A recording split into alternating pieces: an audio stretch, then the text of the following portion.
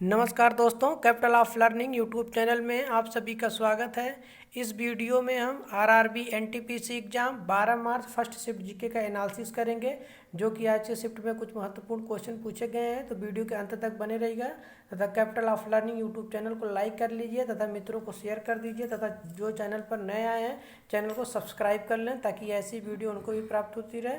चलिए शुरू करते हैं कि कौन सा क्वेश्चन आया था। पहला क्वेश्चन है कि सबसे ज़्यादा हवाई अड्डा किस राज्य में स्थित है, तो बताइए। तो करेक्ट आंसर हो जाएगा केरल में सबसे ज़्यादा आपका हवाई अड्डा स्थित है। जो केरल राज्य है, इसमें जैसे तिरुवनंतपुरम हो गया, कोच्चि हो गया, और यहाँ पर सबसे ज़्यादा दो दो तीन तीन हवाई अड्डे हैं। तो अगला क्वेश्चन देखिए कौन सा पूछा गया था। वेंगसांग किसके शासनकाल में भारत आया था, तो करेक्ट आंसर हो जाएगा चीनी यात्री वेंगसांग हर्षवर्धन, जो कि अंतिम जो है हिंदू राजा थे, उनके शासनकाल में आया था। कब आए थे, तो ये आपका 600 जो है 30 ईस्वी के आसपास ये भारत में आए थे। एडी याद रखिएगा, बीसी नहीं है। हर्षवर्धन की राजधानी पूछा जाता है तो कहाँ था, तो पहले राजधानी इनकी थानेश्वर थी, बाद में इन्होंने अपनी राजधानी कन्नौज को बनाया था, याद रखिएगा। और कन्नौज में हुई इन्होंने जो है दो जो है यहाँ पर जो है एक प्रयागराज में और यहाँ पर बौद्ध संगीतियाँ कराए थे। कहाँ पर, एक बौद्ध जो है प्रयागराज में और एक कन्नौज में, याद रखिएगा। और इनके शासनकाल में जो वेंगसांग थे, इनको यात्रियों में राजकुमार कहा जाता है। ये बहुत क्वेश्चन पूछा जाता है कि यात्रियों में राजकुमार किसको कहा जाता है, वेंगसांग को। इनकी रचना क्या थी, तो सुयुकी, याद रखिएगा, सुयुकी इनकी रचना थी। और इनको जो है चीनी भाषा में किस नाम था, तो इनको इनतुन भी कहा जाता है, याद रखिएगा। अगला क्वेश्चन देखते हैं कौन सा था। पूछा है कि मृच्छकटिकम के लेखक कौन है, तो करेक्ट आंसर हो जाएगा शूद्रक। ये मृच्छकटिकम के लेखक हैं। ये एक संस्कृत की पुस्तक है, याद रखिएगा, संस्कृत की पुस्तक है, ये शूद्रक है। इसमें जो है गणिका की कहानी बताई गई है, जो कि बहुत ही फेमस है और एक किताब को हमेशा पूछा जाता है। अगला क्वेश्चन देखते हैं कि हड़प्पा किस नदी के तट पर स्थित था, तो करेक्ट आंसर आपका वहाँ जाए जो पूछा था, तो रावी नदी हो जाएगा। जैसे यहाँ पर पूछा गया है हड़प्पा कहाँ पर है स्थित है, तो अगर बताएंगे तो इस समय पाकिस्तान के मॉन्टीगोनरी में स्थित है हड़प्पा। और यहाँ से बात करते हैं तो ये रावी नदी के तट पर। एक क्वेश्चन पूछा जाता है कि मोहनजोदड़ो किस नदी के तट पर है, तो ये आपका जो है सिंधु नदी के तट पर है, याद रखिएगा। मोहनजोदड़ो सिंधु नदी के तट पर है, हड़प्पा अब यहाँ जो है रावी नदी के तट पर है। और बनावाली भी आपका एक शहर है, उसमें जो है वो भी कहाँ पर है, रावी नदी के तट पे है। कालीबंगा किस नदी के तट पे है, घग्गर नदी के तट पे है।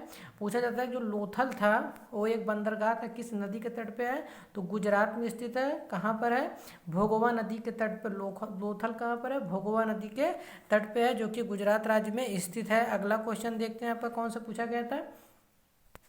सूर्य के बाहरी परत को क्या कहते हैं, याद रखिएगा, तो फोटो स्फीयर इसके बाहरी परत को कहते हैं। इसी को कोरोना या किरीट भी कहा जाता है। जब सूर्य ग्रहण होता है तो इसकी सिर्फ बाहरी परत की हमको दिखाई देती है रोशनी, उसी को क्या कहते हैं, किरीट या कोरोना या फोटो स्फीयर, याद रखिएगा। तो करेक्ट आंसर आपका हो जाएगा फोटो स्फीयर। अगला क्वेश्चन देखते हैं आपका पूछा था क्या था, ट्यूबरक्लोसिस टीबी किससे होता है, तो वहाँ ऑप्शन था बैक्टीरिया या वायरस से। तो आप पर ट्यूबरक्लोसिस क्या होता है, ये बैक्टीरिया से होता है, इसमें सांस लेने में दिक्कत आती है। ट्यूबरक्लोसिस टीबी इसका फुल फॉर्म में क्या है, ट्यूबरक्लोसिस। अगला क्वेश्चन देखते हैं कौन सा पूछा गया था। विदेशी लोगों को लुभाने के लिए कौन सी योजना बनाई गई है, तो मेक इन इंडिया आपका ऑप्शन सही हो जाएगा।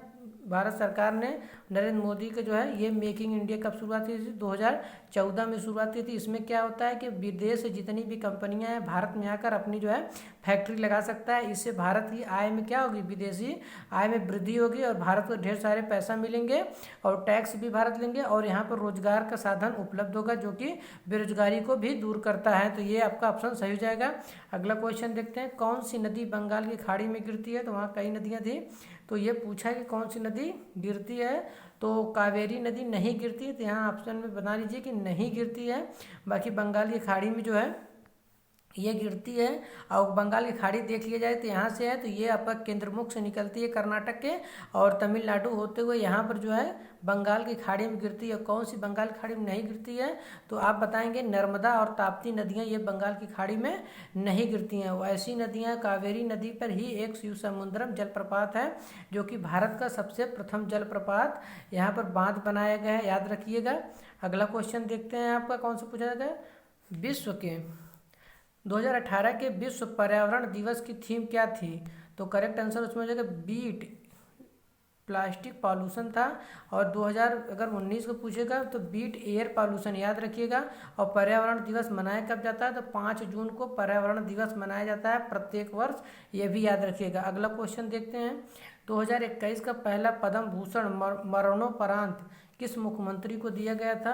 तो ये तरुण गोगोई थे, याद रखिएगा। ये कहाँ के थे? तो ये आपके सिक्किम राज्य के थे। और ये असम के जो है तरुण गोगोई असम के पूर्व जो है मुख्यमंत्री थे, याद रखिएगा। ये पहला जो है इनको जब पद्म भूषण दिया गया था, जो कि मुख्यमंत्री थे कहाँ के? असम। असम की राजधानी क्या है? असम की राजधानी दिसपुर है, याद रखिएगा। अगला क्वेश्चन देखते हैं आपका। राज्य में आपातकाल को कौन लगाता है? तो राष्ट्रपति शासन के द्वारा राष्ट्र में आपातकाल लगता है। किस अनुच्छेद में लगता है? तो 356 के तहत राष्ट्रपति जो है संवैधानिक विफलता के कारण राज्यों में राष्ट्रपति शासन लगा देते हैं।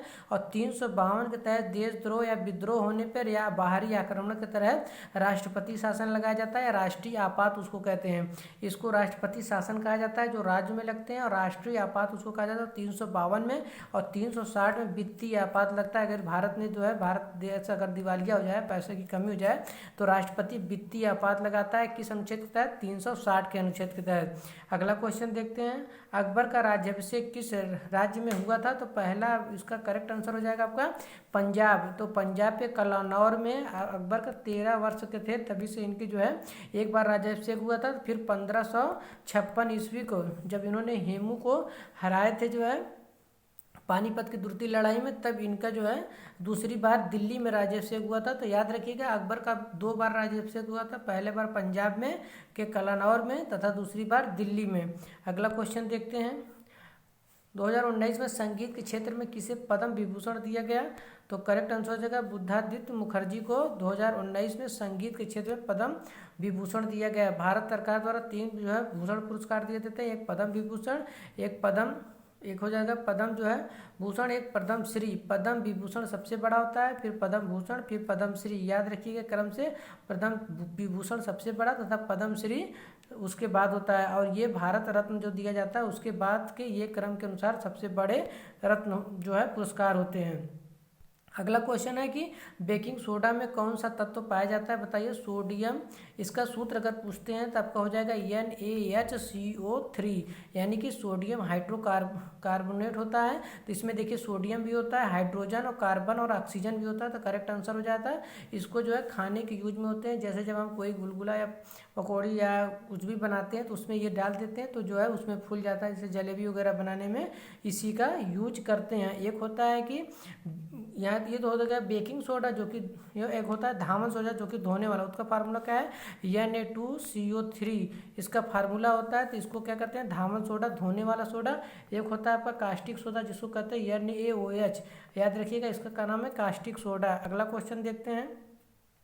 बाइनरी अर्थमेटिक के जनक किसको कहा जाता है? बताइए। तो करेक्ट आंसर हो जाएगा गॉटफ्रीड लेबनीज को कहा जाता है। ये क्वेश्चन 2 बार NTPC में दोहराए जा चुके हैं। अभी पिछले जो है जो शिफ्ट में एग्जाम हुए हैं उसमें भी यहाँ पूछा गया था। तो करेंट आंसर हो जाएगा गॉटफ्रीड जो है लेबनीज, याद रखिएगा। एक क्वेश्चन भी पूछा जाता है कंप्यूटर के जनक कौन है? तो चार्ल्स बेबेज को कंप्यूटर का जनक कहा जाता है। अगला क्वेश्चन देखते हैं। एयरपोर्ट अथॉरिटी ऑफ इंडिया के वर्तमान अध्यक्ष कौन है? तो अरविंद कुमार वर्तमान अध्यक्ष हैं।